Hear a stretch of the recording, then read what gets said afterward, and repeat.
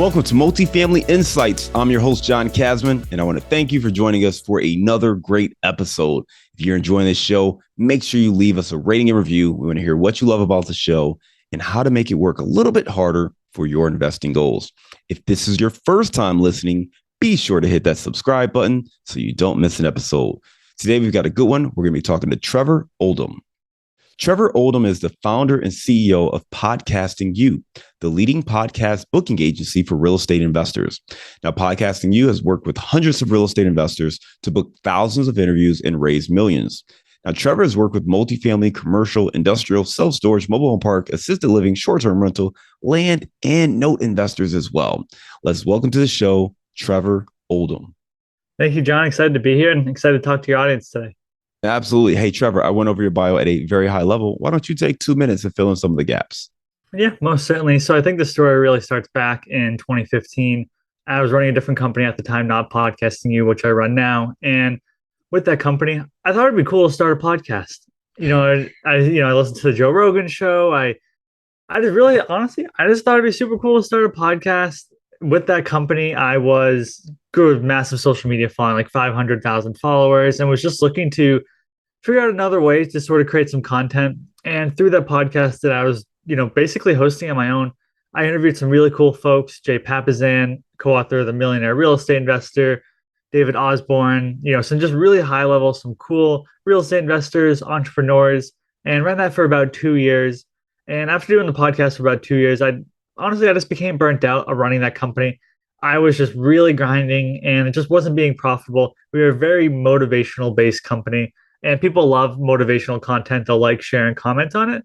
But when it comes to buying a course, buying a book, they sort of disappear. So I just felt it was time to go in a different direction. And I just started freelancing my skills. I went on Upwork. It's a freelance platform and used the skills I learned, which was writing show notes for podcast hosts, editing shows. And one day I came across a turnkey real estate investor based out of LA that wanted to get booked on podcasts. And I thought to myself, well, I booked a lot of high quality guests on my show. How hard could that be to book her? Started working with her, started finding some more freelance clients that I was helping to get them booked on podcasts. And fast forward about a year, realized it could be a full company and launched the brand, Podcastingyou, got a website. And then now we have a couple of team members and we specifically help real estate investors. We worked with pretty much every single niche, not just real estate investing, lawyers, doctors, business coaches, health coaches, and we figured out probably about 2.5, 3 years ago, we loved working with real estate investors. So we've gravitated towards that niche and that's pretty much we work with today. I love it, man. You talked about really being in a different business, different space, building that audience, right? Having over 500,000 followers, and then realizing that it was really hard to monetize, switching over to helping other people. And I love the fact that you, in some regards, go from running your own business to, putting your services up on Upwork, right? And basically being this freelancer for hire, doing some work there, realizing that you can do show notes and you actually ended up building a business out of this. Now you focus on real estate investors in particular. I want to go back to that moment though, because I think that's really intriguing, right? You got this business, you got 500,000 followers. There's a joke that pops up on Twitter from time to time. It says, would you rather have $1 million or 1 million followers? And most people, of course, say $1 million. But some people say, hey, if you got 1 million followers, you have a product, you can sell them and you'll monetize. You'd be great. You had 500,000 followers. So how do you go from building such a massive audience there to selling your services on Upwork? Yeah, I would say looking at the company and with the, we were getting, we had, I think it was like 400,000 followers on Facebook. Our main one, or I would say the one I love most was Instagram. We had about 120K followers within the first 6 months. We were getting great organic traction, 6, 7, 8, 9, 10, 1,000 likes a post. And I realized that I was putting so much time and effort into it. And I was sort of becoming a person where I would go to bed at 8 p.m. I would wake up at 3 a.m., not 3 p.m., 3 a.m. And I would just get to work and I would grind on the weekends. And I was just doing everything I possibly could to build the business. And, that led to rapid growth, but it also very quickly led to burnout. I wasn't hanging out with my friends as much. I wasn't hanging out with my family. And realizing that it just wasn't it wasn't making like any money. I was spending more money keeping everything running now we had a team to help us create these posts. We had a team to, write the content. And it was like I was spending more money than I was making, and it wasn't a viable business. I thought to myself, if I want to go out there and run a business again on my own, I want to use the skills I've learned. I also want to make it very profitable from day one. And that's what that freelancing gave me, where I didn't have a website. I didn't have any team members. I wasn't paying anyone. I was just getting paid myself. And, whatever fee Upwork might take, they take like 20%, off the top of whatever you make as a freelancer. But I was okay with that. And that's really why I gravitated towards that service-based business, because I could run it on my own and it could be profitable from really the very first day. I think it shows humility, and it also shows that you're willing to step back to see the greater opportunity. I think it's a great lesson for anyone right now. There are a lot of people who are trying to figure out, their way and how do I grow in a space, and being able to leverage your skills, what you do bring to the table. It's a great way to do it. And don't, have the ego that says, oh, I'm too big for this, or I'm not going to step back and do that. I think you can humble yourself and just get out of it what you need to get out of it. The opportunities then present themselves. So glad you were able to do that.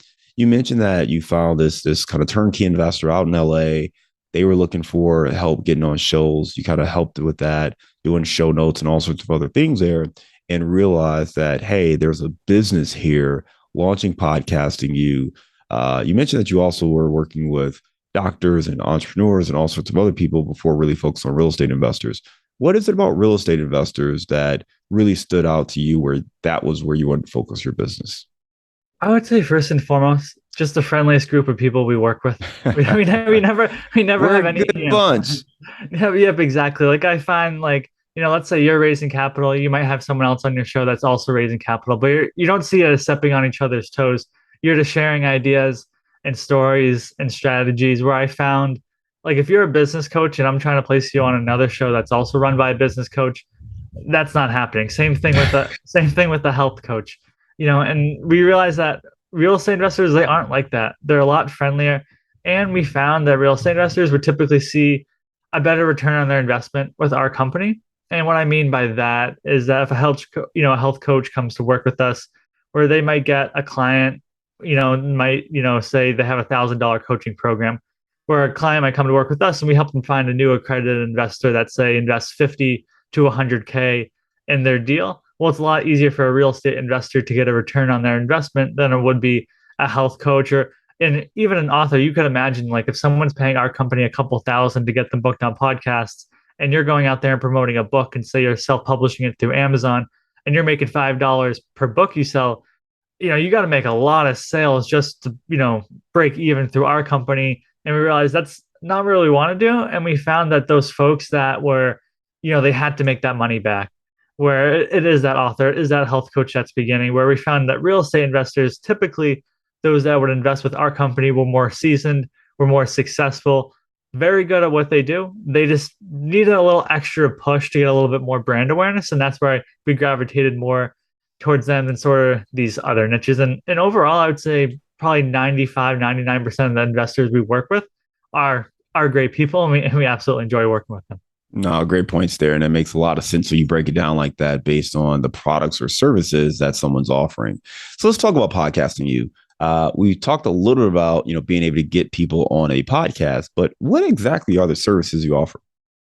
Yeah, so I would say first and foremost, that was, like, honestly, that was our bread and butter. Was a client would work with us, like that turnkey real estate investor. We place her out there on other people's podcasts, and typically she does that, to build more brand awareness. People come to her website, buy a turnkey property. That's really why she worked with us. And then really in the last, I would say 6 months or so, we've had real estate investors come to us and say, hey, can you help me start my own podcast? And I know how much work goes into it, so I never really said yes, but I kept getting asked over and over again. So I figured, I'll build the systems and processes. I'll do that. And then similarly, we had a couple of companies, like we had a company called Yield Street, Inc. 5000 company come to us, and they said, hey, we have this podcast. We want real estate investor guests. We don't know how to do it. Can you help us out? And I was like, well, I did that 4 years ago, but, and then another company came through and said, hey, can you help book us guests for our show? Another, very successful Inc. 5000 company. And that sort of built out that other service. So we basically had those three main services. And then now, even I would say back in May, investors came to us and said, hey, can you take our interviews and turn it into social media content? So we started that aspect of it as well. And it was one of those things where, I was perfectly fine just booking our clients on podcasts, but investors kept coming to us wanting to do additional services. And as long as we felt comfortable we could do it, we sort of just added it on, learned it, charge them a very low price point, to get that underground. But yeah, that's pretty much all of our services that we run now. I think it's important too, just to break it up a little bit and help people understand kind of the why behind it. It's not just going out there and creating podcasts because they're fun. They are, but it's a lot of work. It takes up a lot of time. But it really comes down to really a principle of marketing, right? It's building brand awareness, it's public relations, it's getting awareness that you exist, that you have a company or a product or a service that you offer. So it's a great tool to connect with other people. And you may be listening to this and saying, hey, I'd love to be on a podcast, or I'd like to start my own podcast.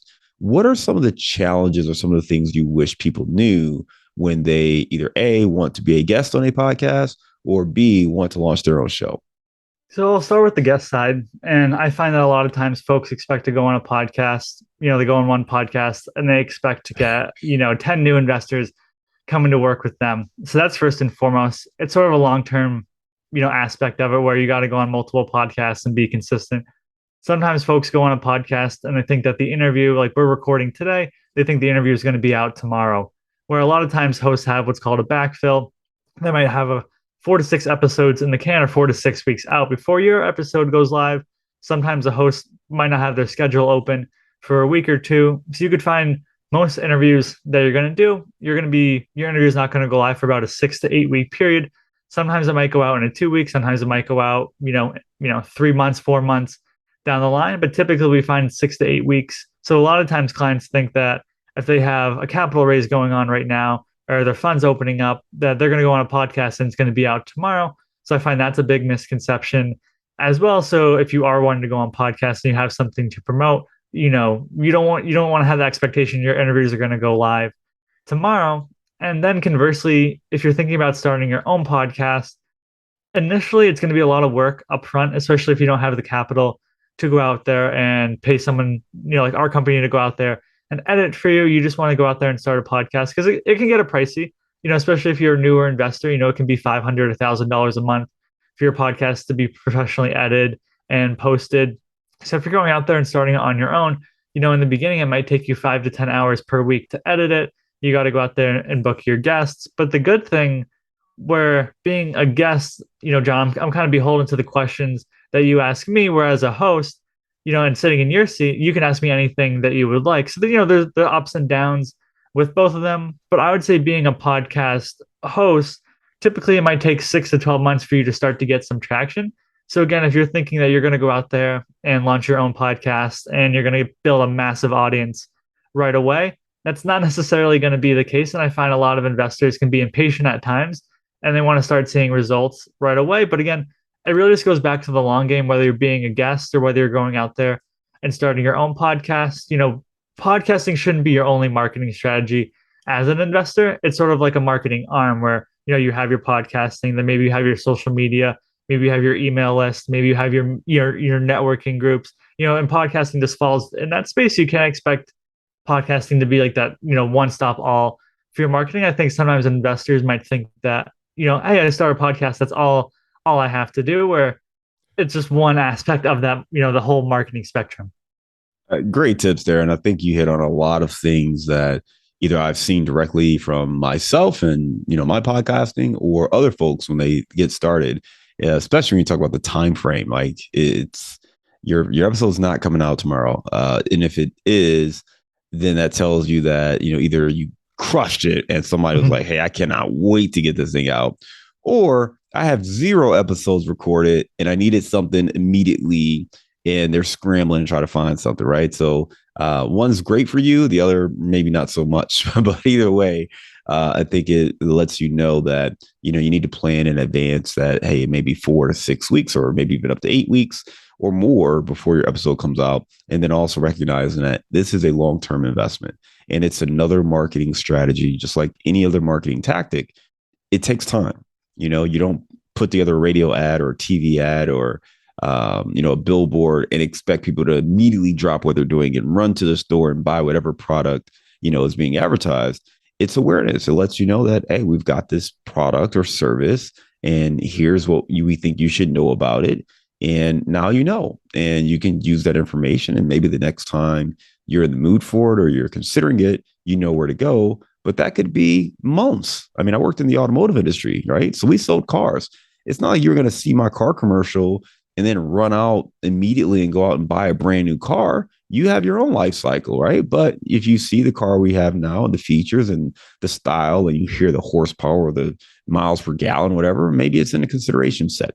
But again, that might be 6 months out, a year, 2 years out. So it's just one of those things where you need to understand that time frame. And even from an investor standpoint, if you're talking about people investing, particularly for syndication deals, $50,000, $25,000, $100,000, they may not be ready today. So there may be kind of a longer tail before someone is actually in a position to invest. So you just have to recognize that. Some great points there, and I'm glad you illustrated that for all of our listeners. With that said, people obviously do this because they're seeing some sort of results. What are you seeing for some of your clients? I would say probably about 70% of the clients that come to work with us are looking to raise capital. And let's just put it this way, they're not someone that's, a newer investor, someone that's looking to do the first capital raise. There's someone that's done a capital raise before.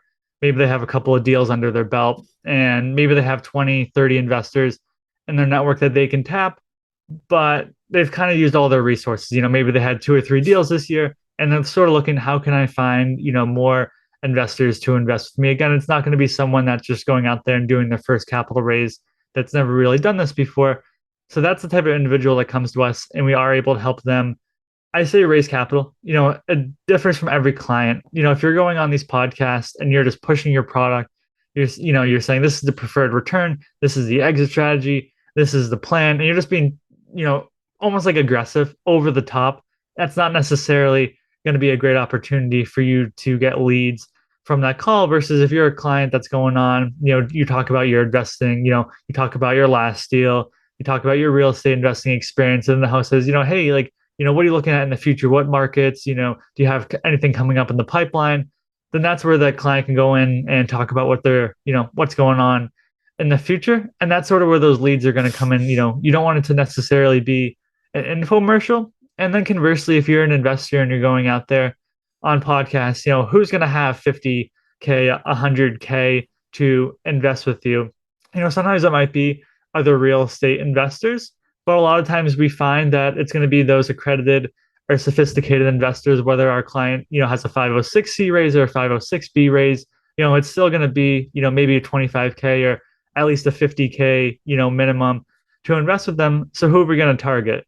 Doctors, lawyers, dentists, medical sales professionals. Typically when you're thinking of anyone, that's going to be making at least 250K, or even say a small business owner that's looking to sell their business and they're going to, get that $1 million net worth, and they want to invest some of the proceeds within their business to go out there and invest in real estate. But they built, they spent 50, or I don't know, let's say 25 years building their business, and they sell it. Now they have $1 million. They don't want to go out there and invest in real estate on their own. They want to be an LP and invest with a good quality GP. So that's really where it comes in, is really targeting those sophisticated, accredited investor podcasts. And then for our clients to not be overly promotional on those shows. Like, we've had clients come through us, and some of them, they might raise a couple of $1 million, or might get, 20 new investors coming to work with them, where some clients might get only 5, some might get 0. And again, it really goes back to your strategy. And it's one thing I wish I could guarantee every client, you're working with us, we're going to help you raise 5 million additional dollars. But again, it comes down to, what you put in is what you're going to get out of it. Are you just showing up for the interviews and that's the end of it? John, when, once the interview goes live, are they taking it? Are they showing it across their social media channels? What are they putting in? What are they getting out of it? So it varies from investor to investor, but I find more often than not, focusing on those accredited investors, sophisticated investor shows typically are going to produce a little bit better results for our clients than targeting the standard real estate investor shows. How do you create value for clients by being on podcasts? I would say for us, ours comes in, for our company, probably comes in through being the connections. from being in the space for really the last 3 years or so. Like a client comes to work with us, super successful. They have 500, I don't want to say 500 units. I don't want to say 500, million assets under management, but say 500 units. And, they're the GP. Or we have a client that comes to us and they own 100 units outright, no partners. They just built that company for the last 20 years for themselves. Now they want to start syndicating some deals. They have no connections. That's typically where our company would come in and help them out with those connections that we pre-built. And then I find the value that typically the host would get, where the host doesn't have to go out there and necessarily find good quality guests on their end, where that's going to be spending more time away from their business. So they'll usually get that aspect of it as well, where sometimes we do get a company that does contract us out to find good quality guests for their show, because maybe folks don't know where to reach out, especially like a company like Yield Street, where we're talking Inc. 5000 company. Who knows where to reach out into that company? In corporate America, it's just gonna, it's not going to be found. So we're able to help, we're able to help them out. But typically, I find just through the connections that we've built, and especially niching down to really helping the investors, where there are other companies like ourselves out there. There's not too many, but there are a few others, and I find that I try to work with, a lot of different niches, and I found it just going linear, with one specific niche, especially real estate investing. And you can think of it, you're an investor, and think about if you just studied like self storage or multifamily, or even mobile home park, and you studied that consistently for 5 years, you would probably be pretty good at it. Where maybe you invest in someone else's deal, that is in multifamily, if you're a self storage guy, because that's their sort of specialty. So I think that's sort of where some of the value comes in. All right, love that. Obviously, podcasting has some advantages, but it may not be a fit for everyone. Explain a little bit more about maybe why some people may not be a good fit to be a guest. I would say typically those folks that are a little bit newer, I don't want to keep harping on them, but typically if if you're going to say, let's say you just did your first fourplex, or you have 10 units, and you've been in the space for say 2 or 3 years, where not a bad thing. You're also a newer investor. There are shows out there like Bigger Pockets, Real Estate Rookie. There's some beginner shows out there for you to be a guest on, but typically those aren't going to be the folks that are doing a capital raise. They're not say an investor that has a coaching program or a monthly mastermind where they're going to be able to get some ROI from investing with us. And then conversely, I would say typically more often than not, our bread and butter is typically multifamily, self-storage, mobile home park investors. Typically the investors we stay away from are going to be those fix and flip guys. It doesn't make a whole lot of sense. Like they're typically not raising capital. They more have their private lenders that they already work with, unless it is, a fix and flip guy that has a coaching program. It doesn't make a whole lot of sense to work with them, because there's not a whole lot we can do for them other than, we can build them a little bit more brand awareness, but no one's really calling them up to invest in their deals, or that's kind of their own thing.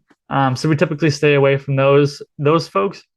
And also those newer investors are typically the clients that aren't going to be a good fit. And then two, we also look at clients when we're working with them. We search their name in Google, look at the SEC database, because we found a couple of times, with potential clients where they've gotten in trouble with the SEC. There was one client in particular where he took clients' money, and basically had a spending spree with it. And and he went to prison for about 5 years, and he's back in the game. I don't know how he's able to be back in the game. And super nice guy, you would never know it. And then you do the due diligence, and I just wouldn't feel comfortable even if the guy, he's turned his life around. I don't feel comfortable that he did that at one point in his life for our company to work with him and to promote that sort of story, where we also make sure on that back end where they haven't had any lawsuits from the SEC where they've been doing some shady stuff, because I don't think it's a good reflection on our company. Again, that doesn't come up often, but I think it's come up 5 times, maybe once a year. We're like, oh yeah, that's they've been doing some shady business. We don't want to work with them. All right, appreciate that. With that said, doing the interview itself, there's certainly some best practices and some no-nos. Talk about some of those no-nos. So one, I would definitely say not having a good quality microphone. And sometimes you might find someone thinks that they can do an interview with AirPods, or they can be driving and have the Zoom app on their phone and doing the interview. Not going to be a great sound quality. So that's the first one. I would say the second one would be overly promotional. It's not really an infomercial. You're not coming on there. If it comes up in conversation, you talk about your company, and what you do. You're not there to be overly promotional. And then three, I would say being short with your answers. And when a host asks you a question, you don't want to be talking for, 5 or 10 minutes and drowning out the whole conversation, but you also don't want to be, giving a snap answer of 20 or 30 seconds, where it makes it harder for the host to come up with another question or an idea to have it nice and conversational. So I find that as well, to really be a good quality guest, there's not much to it. Just getting a good quality microphone. You can go on Amazon. I personally use the Blue Yeti. I think I paid $120 for it. There's Blue Snowball. You look at most mics on Amazon, you can find a good quality one for about $50 to $150. Just being a good guest, not over talking, over speaking on the host, being attentive to the questions that they're asking you. And then also, again, being conversational with the host, and a lot of times having an A to B story. And what I mean by that is you're an investor, but you weren't born an investor. How did you go from, say, 0 to 100 units? Maybe you were working a W-2 job. That's what the audience is going to be interested in, because maybe there is someone in the audience that's working their W-2 job. And not that they hate it, but they don't want to do that forever. And they see real estate investing as that sort of wealth vehicle to get them out of that job.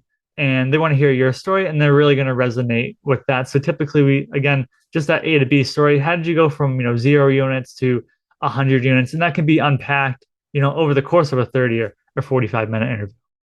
No, those are great insights right there. I mean, I think about my personal evolution as both a host and a guest. I mean, we've done over 400 some episodes now at this point of this show. And I mean, starting out, I mean, you have questions written down, you kind of have a game plan going into the interview. And if you got a 10-second answer, it's like, oh, well, wait a minute. Like, we didn't plan for a 10-second answer. Now I've got to figure out and scramble with some follow-up questions. And it's just tough, right? If you don't really have a conversation to build off of. And I think it's tough for the listener as well, because they're not going to get as much value if we're not really getting into some of those nuances of the conversation. As a guest, I also think it's really important to understand how people learn and listen, because people do understand stories. You're going to listen to a 30, 40-minute conversation. You're not going to remember every single thing. I mean, most listeners don't sit there taking notes, but if you are taking notes, kudos to you. But most people don't do that. Most people are multitasking. You're trying to make dinner. You're in the car. You're on the treadmill. You're doing something else typically when you're listening to a podcast. So having those nuances or those nuggets that really stand out, having some insights, something that is catchy, something that really sticks, that's important, because when you're done doing all of that, the next day or later that night, what you're going to remember is usually going to be a story.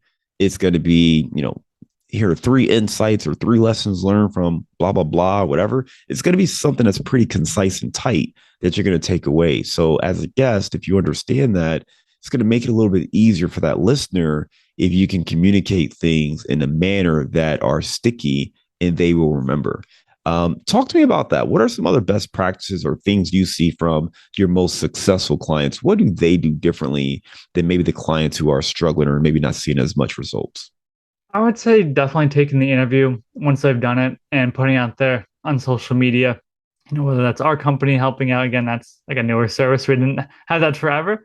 A lot of times, our investors that have a VA, they'll just go out and, John, you'll send them over the interview, and they'll have their VA go out there and edit it for them, or put it out there. And it's sort of like you spend 30 to 45 minutes on an interview. That's the hard work. That's putting in time. Now, out of a 30 to 45-minute interview, you could honestly create a month's worth of content.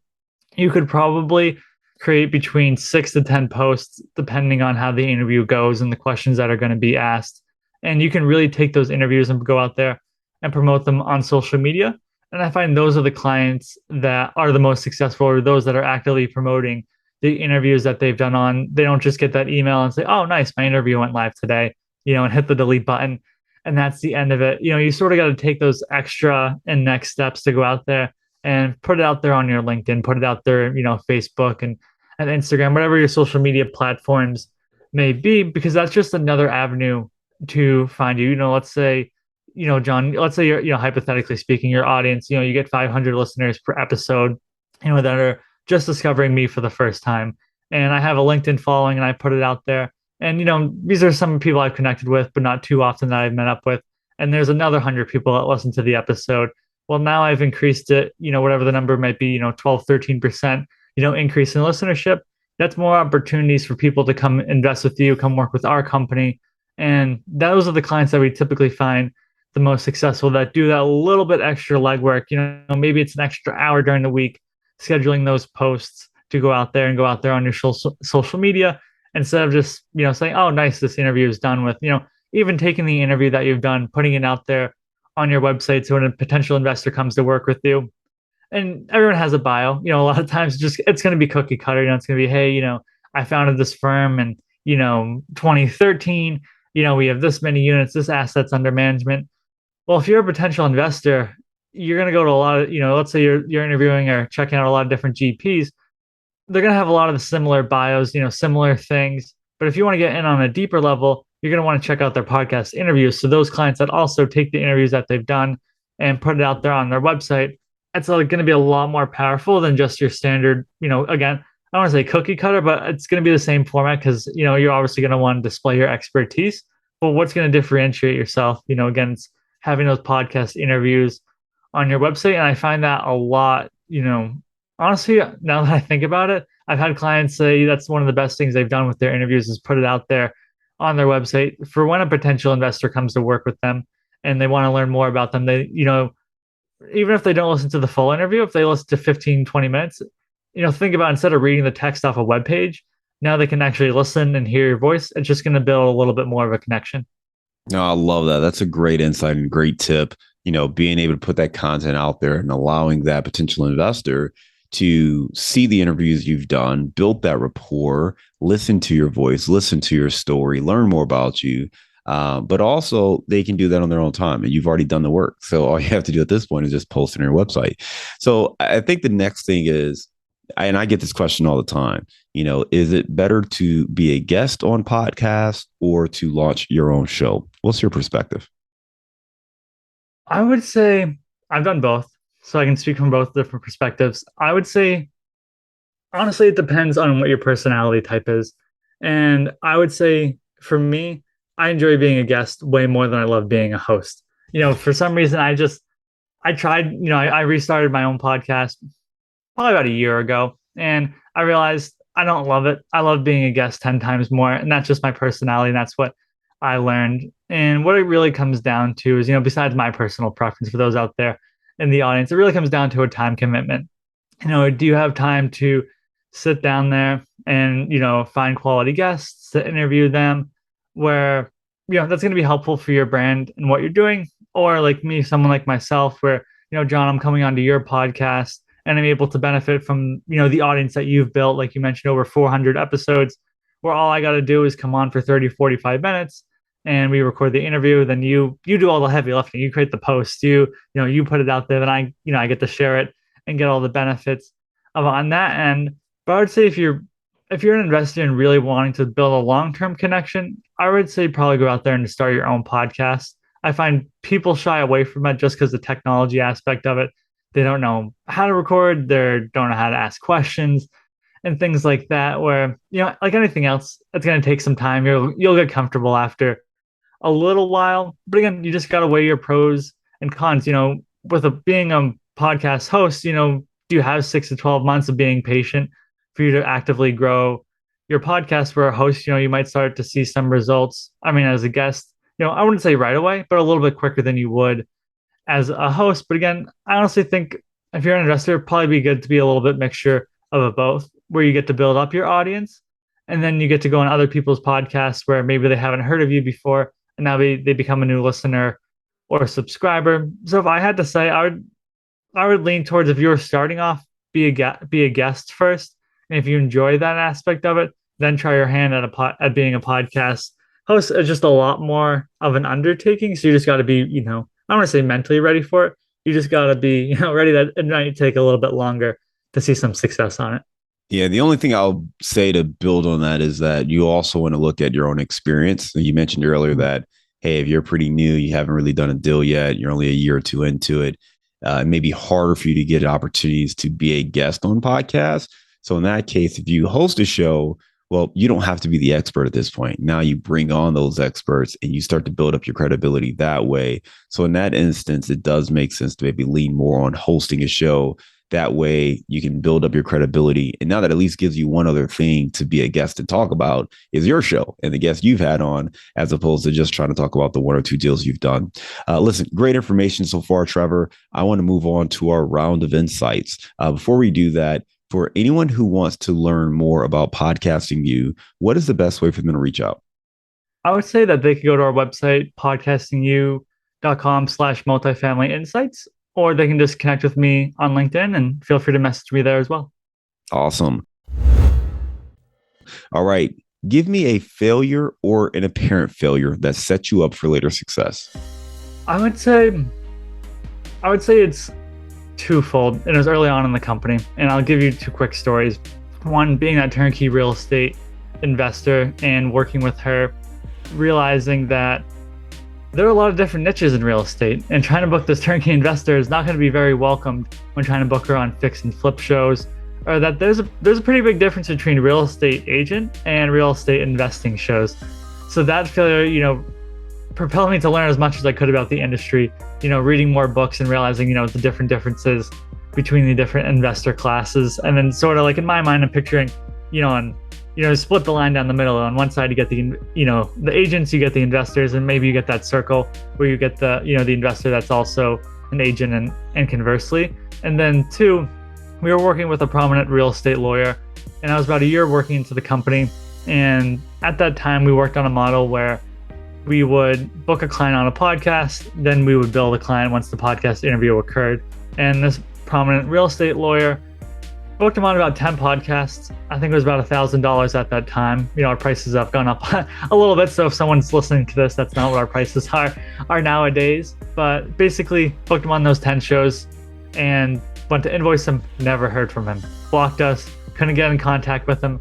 And here was this real estate lawyer, very prominent. I've seen him on shows. I don't want to say where he's from because it would probably give it away. But that made me learn that, no matter how successful someone is, you always got to trust yourself and back yourself. So with that said, really from that point forward, we just had to start billing clients up front. So that was a big failure and learning curve, especially when I was starting off and doing the company on my own. $1,000 was a ton of money. And here, the super successful guy, is shortchanging us or shortchanging myself. I think I was running a company on my own. So I learned that in the beginning where, no matter how successful someone might be, you still got to do your due diligence and vet them to make sure, you're willing to work with that person. Great insight there. Appreciate you sharing those stories there. Give me a digital or mobile resource you recommend for your business. I would say Basecamp. We absolutely love Basecamp. And for those of you who haven't heard of it, it's basically a project management software where when we're working with a client, we can put everything in there. Like what I mean by everything in there, we'll put in the client's pitch, we'll put in like a one sheet, we'll list the shows. When the client schedules an interview, we schedule it within Basecamp. And the cool thing about it is the client will get a notification, saying, hey, you have an interview coming up in 24 or 48 hours. The client will get that message on Basecamp and put in the chat, hey, like a client last week, my kids are getting out of camp early. I can't make this interview. Can we reschedule? Where they don't have to go into their interview, they just put it onto, put it in Basecamp, put it under that, that calendar date. Our team knows to go in and fix it. So it's been nice. It replaces a lot of different project management software is out there. Give me the book you've recommended or gifted the most in the last year. I would say probably The Wealthy Gardener. That's definitely been one of my favorite. And for those of you who haven't heard of it, haven't read it, definitely recommend checking it out. Long story short, it's basically this chiropractor in Pennsylvania, and he wants to build passive income stream for himself through real estate investing. And he ends up building it up over 20 years to, I believe, $200,000 a year in passive income. But I find his story, he built it up by himself. He wasn't syndicating any deals. It was just, one rental unit at a time. And I found his story just to be very good. And the whole premise of the book is basically him talking to his son as his son was going off to college, and he relays his life lessons. That's one book, I try to read at least once a year. And I've definitely gifted it a couple of times in the last year. What's a daily habit that helps you stay focused on your goals? I would say meditating. I always meditate before work, and then 5-10 minutes depending on how the day's setting up. And then once I do that, I would go through my goals, and then I would say, I think of it, where I do the meditating, and then I also set up timers on my phone for 10, 1, and 4. And what that does, the timer goes off at 10.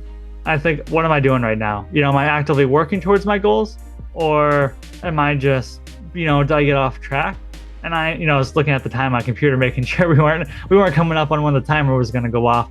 But yeah, that helps me as well. And it's again, just becoming grounded in the day and becoming focused, because a lot of times I can meditate, have a great meditation session, know what I'm going to do to work towards my goals, and then I open my email and there's fires to put out or things we got to do. And having those timers on my phone, those 3 times per day go off, makes me stop for a second and think, what am I doing? Am I working towards my goals? So just simple little things like that have gone a long way. You mentioned the timers. Those are just a great tip and insight for anyone trying to be mindful of how their day is going and how they're spending their time. With that said, give me your number one insight for leveraging podcasts for successfully growing your real estate business.